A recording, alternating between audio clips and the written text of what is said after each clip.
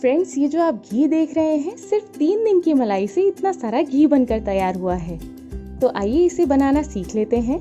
अगर आपने मेरे चैनल को अभी तक सब्सक्राइब नहीं किया है तो इसे सब्सक्राइब करें, साथ ही बेल नोटिफिकेशन के आइकन को भी प्रेस करें ताकि आप मेरी वीडियोस देख सकें सबसे पहले। यहाँ पर मैंने इंग्रेडिएंट्स में 1 बोल मलाई लिया है। इस मलाई को मैंने 3 दिन तक इकट्ठा कर फ्रीज में रख दिया था। आप चाहें तो 1 हफ्ते से लेकर 10 दिन तक की मलाई से घी निकाल सकते हैं। अगर आप इससे पुरानी मलाई लेंगे तो फिर मलाई में हल्की सी स्मेल आना शुरू हो जाती है। ये मलाई मैंने बिल्कुल ठंडी ली है। अब इसे हम विस्क की मदद से फेंट लेंगे। आप चाहें तो इसे चम्मच से भी इस तरीके से फेंट सकते हैं। इस मलाई को हम हल्के हाथों से इस तरीके से फेंटते जाएंगे। बस ज़रूरी बात का ध्यान ये रखना है कि ये मलाई बिल्कुल फ्रिज से निकाल कर ही आप यूज़ करेंगे। मलाई बिल्कुल ठंडी होनी चाहिए, तभी इसमें से जल्दी मक्खन निकल कर तैयार हो जाएगा।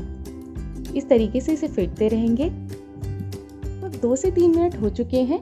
देखिए मलाई थोड़ी सी गाढ़ी हो गई है और इसमें से सारी गांठें भी निकल चुकी हैं। इस क्रीम को हम केक सजाने के लिए भी यूज़ कर सकते हैं। बस इस क्रीम में हमें पिसी हुई चीनी को मिलाना है और केक सजाने के लिए क्रीम बिल्कुल तैयार है। आप पिसी हुई चीनी को घर पे बना सकते हैं। सिर्फ चीनी जो हम आम रसोई में यूज़ करते हैं उसको आप ग्राइंडर जार में चला लें और इसके अंदर मिला दें। क्रीम और मक्खन बनने के बीच में बहुत ही थोड़ा सा डिफरेंस होता है। जब आपको हाथ से हिलाने में क्रीम थोड़ा सा भारी लगने लगे तब आप इसको विस्क करना छोड़ सकते हैं। अगर आप इसे लगातार क्रीम बनने के बाद भी विस्क करते रहेंगे तो टेक्सचर थोड़ा सा ग्रेनी हो जाएगा और इसमें से मक्खन निकलना शुरू हो जाएगा। इस तरीके से आप इसे फेंटते रहें।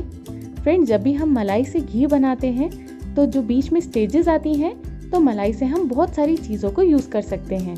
जैसे कि अब हमने क्रीम बनाया है, इससे हम अपने केक्स, कप केक्स को डेकोरेट कर सकते हैं। देखिए गाढ़ा हो गया है, इसमें हल्के हल्के से दाने दिखने लगे हैं। अब मक्खन बनने में सिर्फ 2 ही मिनट बच गए हैं। इसे 2 मिनट तक हम और फेंटेंगे और मक्खन बनकर तैयार हो जाएगा।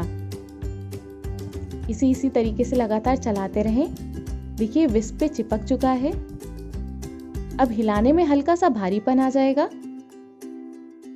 आप देख सकते हैं बिल्कुल गाढ़ा हो चुका है। आप देख सकते हैं बटर मिल्क अलग हो गया है और मक्खन अलग निकल गया है।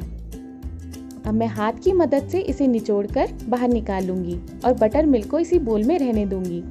जो बटर मिल्क बाहर बच गया है इसे हम फेंकेंगे नहीं।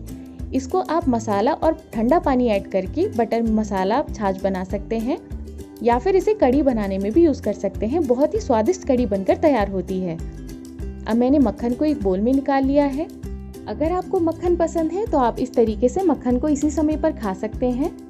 नमकीन मक्खन पसंद हो तो आप हल्का सा इसमें नमक ऐड करें और नमकीन मक्खन बनकर तैयार है।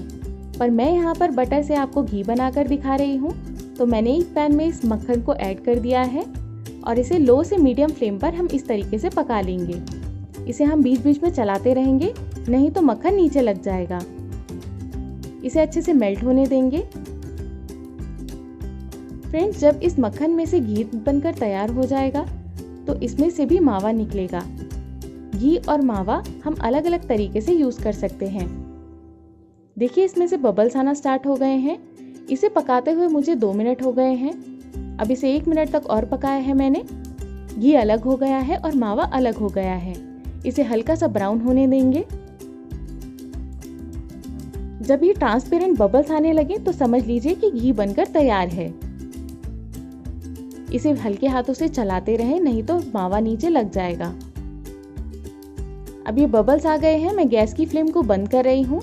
जैसे ही आप गैस की फ्लेम को बंद करें, इसे हिलाना ना छोड़ें। इस तरीके से हल्के हाथों से इसे हिलाते रहें, नहीं तो ये बबल्स पैन में से बाहर आ जाते हैं और सारा घी बाहर निकल जाता है पैन में से।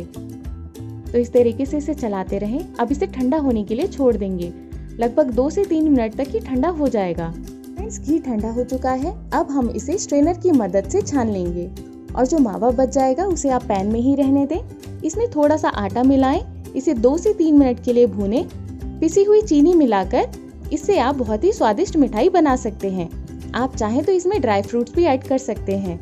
बहुत ही स्वादिष्ट मिठाई बनकर तैयार हो जाती है। तो लीजिए फ्रेंड्स, हमारा घी भी बनकर तैयार है। रेसिपी से जुड़े सवाल या सुझाव आप मुझे नीचे कमेंट सेक्शन में लिख सकते हैं। आपको ये रेसिपी अच्छी लगी हो तो आप इसे लाइक और शेयर ज़रूर करें। धन्यवाद।